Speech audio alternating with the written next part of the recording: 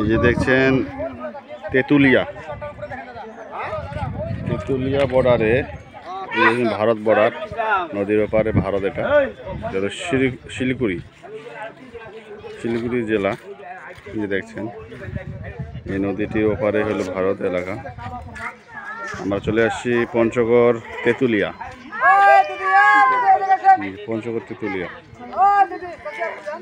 অনেক বড় গাছ।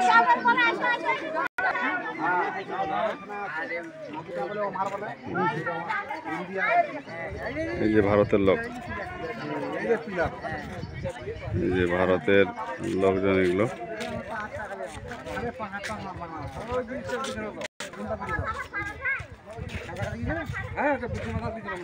ভারতের লোকজন, ভারতের এই যে ব্রিজ, এই যে ভারতের ব্রিজ, এটা